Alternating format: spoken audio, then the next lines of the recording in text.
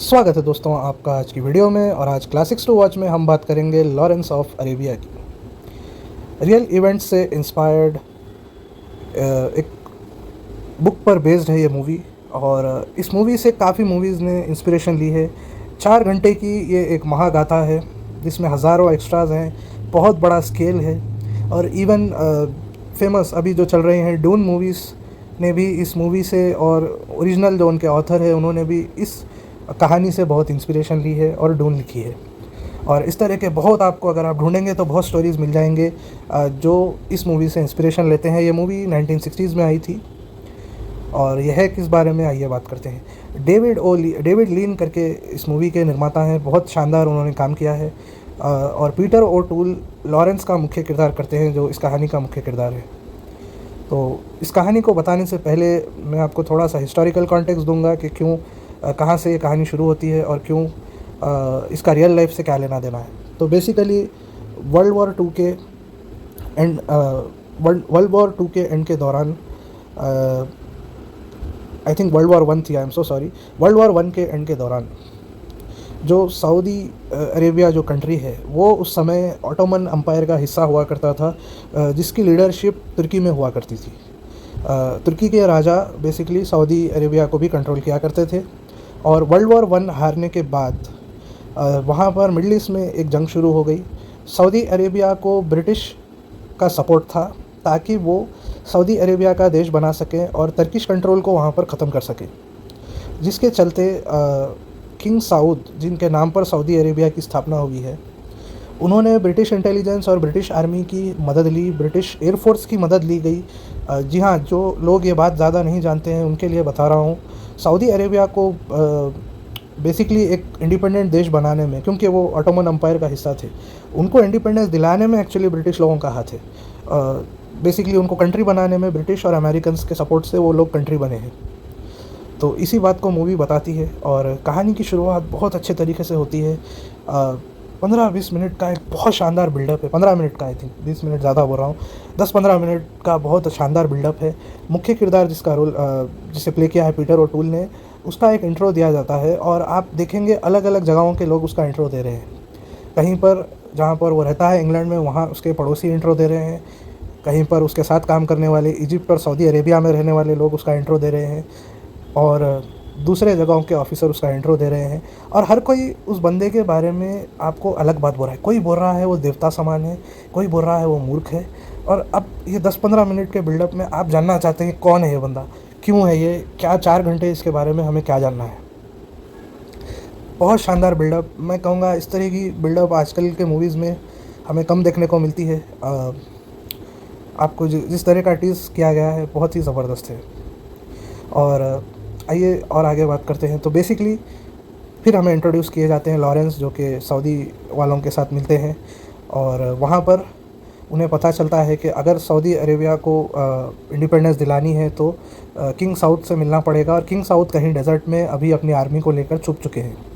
और वहाँ पहुँचने के लिए उन्हें बहुत एक डेजर्ट का एरिया क्रॉस करना होगा। और उन्हें एक गाइड से मिलना होगा जो उन्हें डेजर्ट का एरिया सेफली क्रॉस करवाएंगे। और तभी, और बाकी ट्राइब्स, सऊदी अरेबिया में पहले बहुत सारे ट्राइब्स थे, बहुत सारे छोटे स्टेट्स थे, उन सभी को भी इकट्ठा करना पड़ेगा ताकि वो किंग साउद की लीडरशिप को माने और बेसिकली आप ऑटोमन अम्पायर को हरा सके। इसके चलते वो एक लंबे सफ़र पर निकल जाते हैं। और जो गाइड का इंट्रोडक्शन है वो बहुत ही एपिक है। वो सीन भी बहुत शानदार है।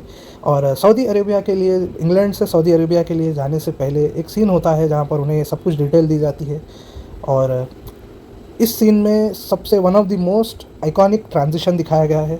अभी के लिए मामूली लगेगा लेकिन उस समय ये बहुत आइकॉनिक था। और इसकी इतनी कॉपी की जा चुकी है कि आपको पता नहीं चले, मतलब आपने कहीं ना कहीं इसको देखा है। मैं आपको ये कह सकता हूँ, अगर आपने मिडल ईस्ट के बारे में कोई मूवी देखी है तो, या डेजर्ट के क्लाइमेट के बारे में कोई मूवी देखी है तो ये ट्रांजिशन आपने ज़रूर देखा है। बेसिकली वो एक कैंडल जलाते हैं और एक फूंक मारते ही नेक्स्ट सीन जाता है सीधे डेजर्ट में। बहुत शानदार लैंडस्केप वाली मूवी है। अगर आप कभी इस मूवी को देखें, इसको ज़रूर अपने टीवी पर देखें हो सके तो। बहुत शानदार मूवी है।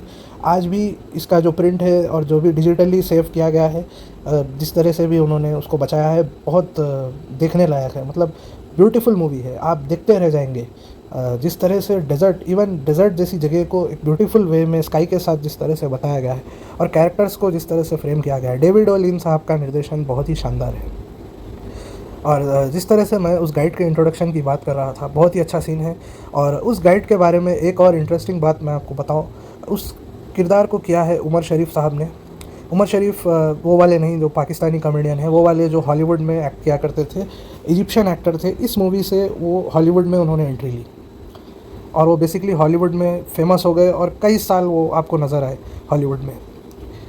ये जो रोल है, ये सबसे पहले जो इस मूवी के जो निर्माता है वो दिलीप कुमार साहब के पास लेकर आए थे। दिलीप कुमार साहब जैसे दिग्गज एक्टर हमारे भारत के, इंडिया के, उनके पास ये रोल आया था कि आप इस गाइड का रोल करें और लॉरेंस के साथ आपका एक बहुत इंपॉर्टेंट किरदार होगा।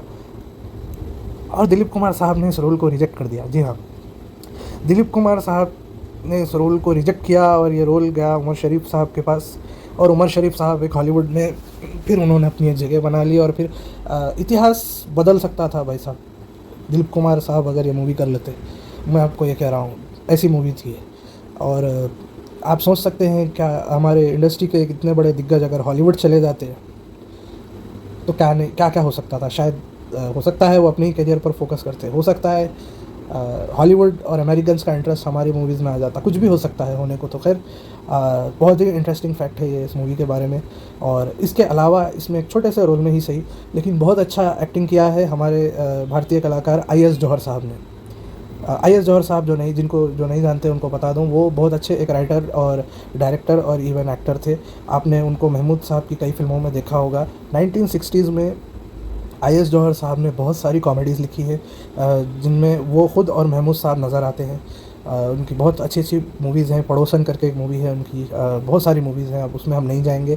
तो अगर जो नहीं जानते उनके लिए बता रहा हूँ, बहुत अच्छे कलाकार और इस मूवी में भी बहुत शानदार परफॉर्मेंस। कुछ आधे घंटे के लिए कुछ वो नज़र आते हैं और जब भी वो आते हैं स्क्रीन पर उनका बहुत अच्छा परफॉर्मेंस है और बहुत शानदार। तो मूवी की शुरुआत तो ऐसे होती है कि जो हमारे मुख्य किरदार है उनको इस वर्ल्ड के बारे में, उनको सऊदी अरेबिया के बारे में उनको कुछ नहीं पता होता। उनको वही पता होता है जो वो न्यूज़ में देखते हैं। और उनको जब ये ज़िम्मेदारी सौंपी जाती है, इवन उनके सुपीरियर श्योर नहीं होते और वो सोचते हैं कि वो जिस वजह से इनको भेज रहे हैं लॉरेंस को, ये एक बहुत ही इम्पॉसिबल किस्म का मिशन है और लॉरेंस जैसे अफसर को भेज देते हैं, ऐसा एक मेंटालिटी होती है। लॉरेंस को कोई ग्रेट नहीं समझा जाता है इंग्लैंड में और जानबूझकर उन्हें भेजा जाता है इस तरह के मिशन पर, ये सोच कर के अगर हम हार भी गए तो चलेगा, मतलब हम यहाँ वेस्ट साइड से, यूरोप की साइड से हम ऑटोमन्स को हरा देंगे, सऊदी अरेबिया बाद में बनता रहेगा। क्योंकि सऊदी अरेबिया वाले अश्योरेंस मांग रहे हैं इसलिए हम लॉरेंस को भेज देते हैं। ये ब्रिटिश अम्पायर की एक सीक्रेट चाल होती है कि बेसिकली करके देख ले यार, किसी को भी भेज दे, जो खाली पड़ा है उसको भेज दें करके। लेकिन भाई साहब वहाँ जाने के बाद होता है चमत्कार। ये मामूली बंदा जो वहाँ जाता है और वहाँ की लाइफ देखता है और फिर धीरे धीरे वो वहाँ पर एक के बाद एक बैटल्स उनको जिताते जाता है और बैटल्स जैसे जैसे वो जिताता है उसको लोग वहाँ पर चढ़ाने लगते हैं। उसका एक लेजेंड बन जाता है, एक मिथ बन जाती है। ट्राइब से ट्राइब में वो मिथ फैलती है कि लॉरेंस आएगा, जिस तरह से आप ड्यून सीरीज़ में भी देखते हैं, लिसान अल गैब, लॉरेंस अगर आएगा तो कोई नहीं बचा पाएगा ऑटोमन्स को।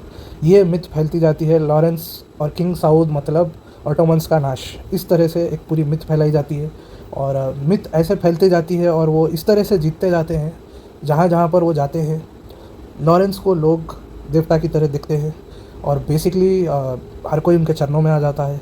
उनको लगता है ब्रिटिश अम्पायर की तरफ से लॉरेंस यहाँ पर है, मतलब ब्रिटिश अम्पायर का हाथ उनके सर पर है और सभी लोग बेसिकली उनके कदमों में गिरते चले जाते हैं। और ऐसे ऐसे आगे बढ़ते बढ़ते ऐसे होता है कि लॉरेंस का दिमाग संकी होता जाता है। ये बहुत इंटरेस्टिंग मुझे लगा। पावर पे वो उनको ऐसे लगने लगता है कि मैं ही हूँ सब कुछ, मैं ही कर सकता हूँ, मैं ही जीत सकता हूँ, मैं ही ये ट्राइब्स को मिलाऊंगा, मैं ही साउथ को आगे लाऊंगा, सऊदी अरेबिया बेसिकली मैं ही बनाऊंगा यार, कोई नहीं कर सकता, मैं नहीं हूँ तो ये देश बन ही नहीं सकता। इस तरह का कुछ उनका थॉट प्रोसेस हो जाता है। वो सच में अपने आप को भगवान मानने लगते हैं और बहुत शानदार सीन है। मतलब जिस तरह से आप उनका ट्रांसफॉर्मेशन देख सकते हैं इस मूवी में। 4 घंटे की मूवी है लेकिन आपको अगर आप ध्यान से देखेंगे और सीन्स को समझते हुए देखेंगे तो आपको बहुत मज़ा आएगा। पूरी मूवी एक सिटिंग में देखना थोड़ा सा मुश्किल है, तो मैं रिकमेंड करूँगा आप जहाँ तक देख सकते हैं ज़रूर इसको देखिए, पार्ट्स में भी देख सकते हैं तो देखिए, बहुत इंटरेस्टिंग है, बट देखिएगा ज़रूर, बहुत शानदार मूवी है। और यही चीज़ आपको डून सीरीज़ में भी कवर की जाती है, और लॉरेंस का भी यही होता है बेसिकली। वो इंग्लैंड में एक ऐसे अफ़सर होते हैं जहाँ पर लोग उन पर हँसते हैं, लोग उनको कुछ नहीं समझते, और वो एक ऐसी जगह जाते हैं जहाँ पर वो देवता बन जाते हैं, और वो बेसिकली ख़ुद को देवता मानने भी लग जाते हैं। बहुत इंटरेस्टिंग कहानी है, ज़रूर इसको देखिए।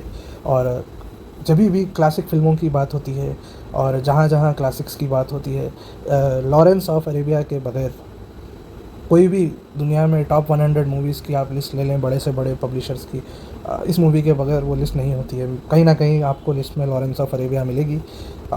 बहुत ही शानदार मूवी, ज़रूर इसको चेकआउट कीजिए।